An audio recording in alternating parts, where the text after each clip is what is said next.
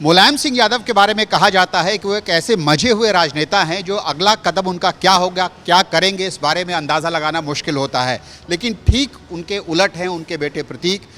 जो कुछ करते हैं बिंदास तरीके से करते हैं, खुलेआम करते हैं और कहते हैं कि ऐसा करके उनको फ़क्र है। उन्होंने जब गाड़ी खरीदी तो 5.25 करोड़ की गाड़ी खरीदी और जो जिम बनाया है वो भी वर्ल्ड क्लास है।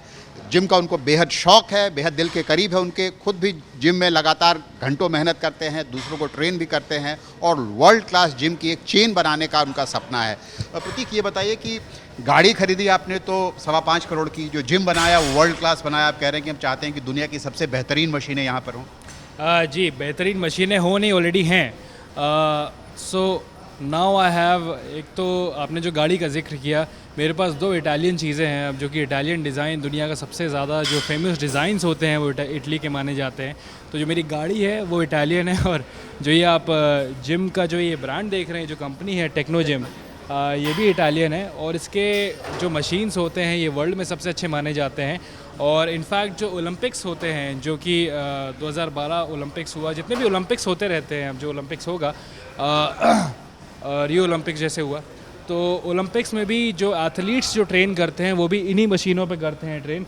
आप चाहें तो गूगल, आप ओलंपिक एथलीट ट्रेनिंग करके अगर आप गूगल वगैरह पे अगर आप फ़ोटो सर्च करेंगे तो ये मशीनें हैं, आपको यही मशीनें सारी खुल के आएंगी। तो मैं जब लीड्स में जब मैं एक्सरसाइज किया करता था, जब मैं पहली बार गया था यूके, तो मैंने वहाँ पे इसको देखा था और वहाँ से मैं इतना प्रभावित हुआ। मैंने कहा कि जिम भी अगर मैं खोलूँगा, कभी जिम खोलूँगा तो उसके अंदर यही इक्विपमेंट रखूँगा, जो कि वर्ल्ड का सबसे फाइनेस्ट इक्विपमेंट है। नेताजी ने उद्घाटन किया था इस जिम का। जी, नेताजी ने किया था। और जो हमारे देश के जो एक रेसलर सुशील कुमार जी, जो कि 2012 में जिन्होंने सिल्वर मेडल जीता था रेसलिंग में, उन्होंने, 2 लोगों ने। गाड़ी भी आपकी इटली की, मशीनें भी इटली की। इटली से कुछ खास प्यार है? क्योंकि इटली का आप राजनेता के बेटे हैं, इटली का जिक्र आते ही आपको पता है कि बात कहाँ पहुँच जाती है। नहीं, बात कहीं भी पहुँचे, मैं तो केवल मशीनों के और गाड़ी के तात्पर्य में बात कर रहा था। वो इसलिए क्योंकि जो भाई आपको क्रेडिट देना पड़ेगा, अगर किसी देश की कोई चीज़ अच्छी है तो आपको क्रेडिट देना पड़ेगा।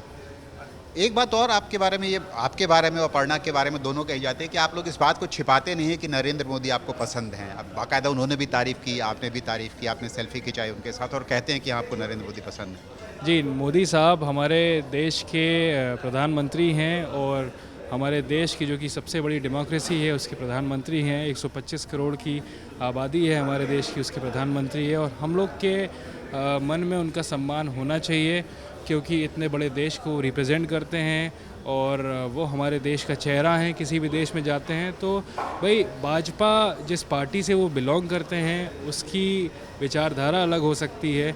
समाजवादी पार्टी जो कि पूरे परिवार के जन हैं जिससे कि वो बिलोंग करते हैं, पार्टियों की विचारधाराएं अलग हो सकती हैं, लेकिन व्यक्तिगत तौर पे मेरे ख्याल से अगर एक अच्छा संबंध बना रहे तो वो अच्छी बात है। और क्योंकि वो प्रधानमंत्री हैं तो हमारे सबके जितने भी लोग हैं, मैं ये मानता हूँ हम सभी की वो प्रधानमंत्री है और हमको उनका सम्मान एज अ प्राइम मिनिस्टर करना चाहिए। आपको कभी नेताजी ने कहा नहीं कि हमारी पूरी पॉलिटिक्स बीजेपी के खिलाफ है, तारीफ़ करना बंद करो? नहीं, नेताजी खुद ही कहते हैं कि भाई उन्होंने बहुत मेहनत करी है। प्रधानमंत्री साहब जो हैं, उन्होंने, मोदी साहब ने बहुत मेहनत करी है। और वो जो चाय बेचा करते थे और चाय की दुकान पे उनके पिताजी भी चाय की दुकान पे ही थे। और अभी कुछ दिन पहले ही जिक्र चल रहा था। तो मेरे ख्याल से नेताजी भी जानते हैं कि उन्होंने बहुत मेहनत करी है, बहुत संघर्ष किया है। 10 वर्ष तक वो समाज से विलुप्त थे, कहीं और गए हुए थे। हिमालय पे बताया जाता है, हिमाचल कहीं बताया जाता है कि वो कहीं चले गए थे। वहाँ पे उन्होंने काफ़ी कुछ सीखा और बहुत उन्होंने सैक्रिफाइस भी किया है जो वो हैं आज उसके लिए। और बहुत मेहनत करके वो यहाँ पे हैं। तो मेरे ख्याल से हम लोग को मेहनत की रिस्पेक्ट करनी चाहिए। ठीक, आज आप हमसे बात कर रहे हैं, हम 2 चीज़ें जानना चाहेंगे। पहली बात ये कि जिस दिन नेताजी ने अखिलेश यादव को पार्टी से निकाला उस दिन घर में क्या हुआ? आपकी मुलाकात हुई, क्या बात हुई? दरअसल 30 दिसंबर की बात है ये। 30 दिसंबर और 31 दिसंबर मेरी मुलाकात नेताजी से नहीं हुई।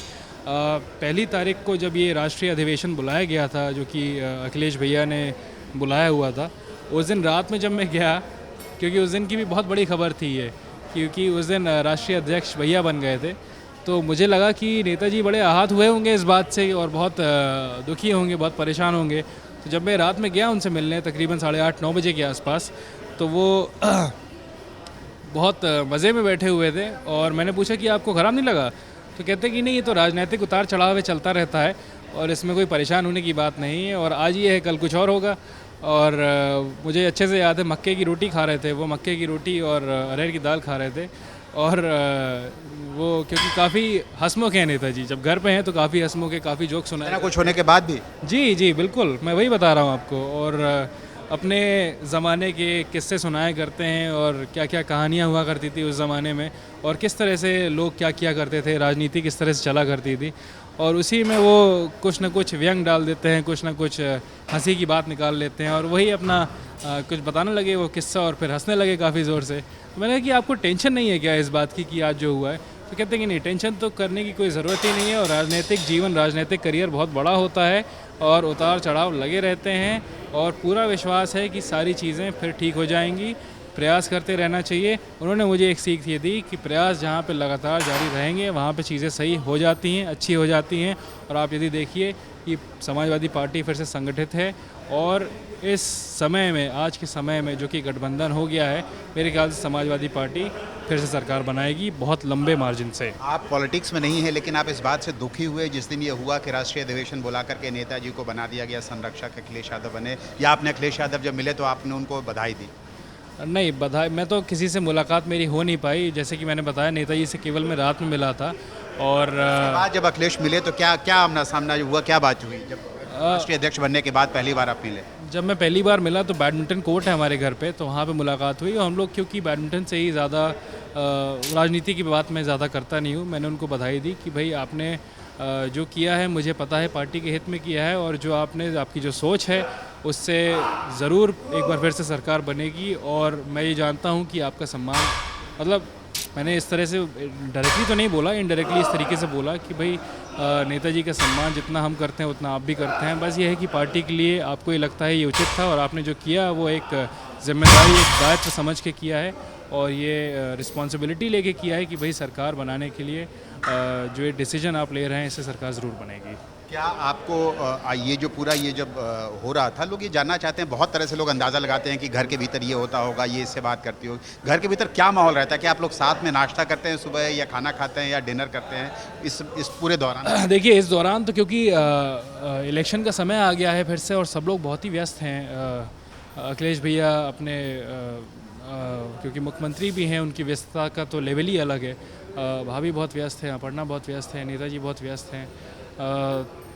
अभी व्यस्तता से पहले जब चीज़ें इतनी ज़्यादा व्यस्त नहीं थी, तो एक हम लोग का एक बैडमिंटन कोर्ट है, वहाँ पे कुछ एक्सरसाइज की मशीनें भी हैं, और वहाँ पे स्ट्रेचिंग वगैरह भी करते हैं, और बच्चे भी हैं, जैसे अखिलेश भैया के बच्चे हैं, मेरी बेटी है, तो वहाँ पे म्यूज़िकल इंस्ट्रूमेंट भी हैं, तो एक गेट टुगेदर पॉइंट है वो वहाँ पे।